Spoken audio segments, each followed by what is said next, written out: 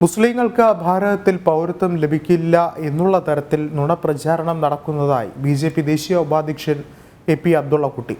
6 വർഷത്തിനിടയിൽ പാകിസ്ഥാനിൽ നിന്നുള്ള മുസ്ലിം വിശ്വാസികൾക്ക് വരെ ഭാരതത്തിന്റെ പൗരത്വം കൊടുത്തിട്ടുണ്ടെന്ന് അദ്ദേഹം പറഞ്ഞു.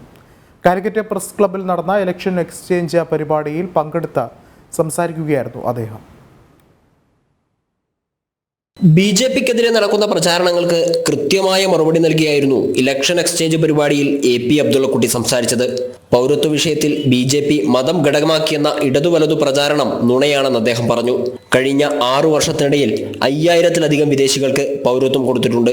അതിൽ 100-ലധികം പേർ മുസ്ലിം സമുദായത്തിൽപ്പെട്ടവരാണ്. പാകിസ്ഥാനിലെ കറാച്ചിയിൽ നിന്നും വന്ന് ഭാരതത്തിന്റെ പൗരത്വം ലഭിച്ച മുസ്ലിം വനിത തലശ്ശേരിയിലുണ്ടെന്നും അദ്ദേഹം പറഞ്ഞു. കഴിഞ്ഞ 6 വർഷത്തിനിടയിൽ ഇന്ത്യയിൽ 5550 വിദേശികൾക്ക് പൗരത്വം നൽകിയിട്ടുണ്ട് ആഭ്യന്തര വകുപ്പ് അമിത്ഷാജിയുടെ കീഴിൽ. അതിൽ 100-ലധികം മുസ്ലിങ്ങളുണ്ട്. ലോകത്തുള്ള പല ഭാഗത്തുള്ള വിദേശികളാണ്. തലശ്ശേരിയിൽ പൗരത്വം കിട്ടിയിട്ടുള്ള ഒരു മുസ്ലിം സ്ത്രീയുണ്ട്. അവർ പാകിസ്ഥാനിലെ കറാച്ചിയിലായിരുന്നു. തലശ്ശേരിയിൽ ഒരു യുവാവ് പ്രണയിച്ച് 10-14 വർഷമായിട്ട് ജീവിക്കുന്നു. അവർ പൗരത്വം അപേക്ഷിച്ച് അവർക്ക് പോലും പൗരത്വം നൽകിയത് നരേന്ദ്രമോദിയുടെ ഗവൺമെൻറ്റാണ്. ഹജ്ജിലെ ഹറാമായ കാര്യങ്ങൾ ഹലാലാക്കിയ ആളാണ് മോദിയെന്നും ഇലക്ട്രൽ ബോണ്ട് വഴി ബിജെപിക്ക് ലഭിച്ചതിലും ഇരട്ടിയിലധികം പണം ബിജെപി വിരുദ്ധർക്ക് കിട്ടിയിട്ടുണ്ടെന്നും അദ്ദേഹം വ്യക്തമാക്കി. ജനം, കോഴിക്കോട്.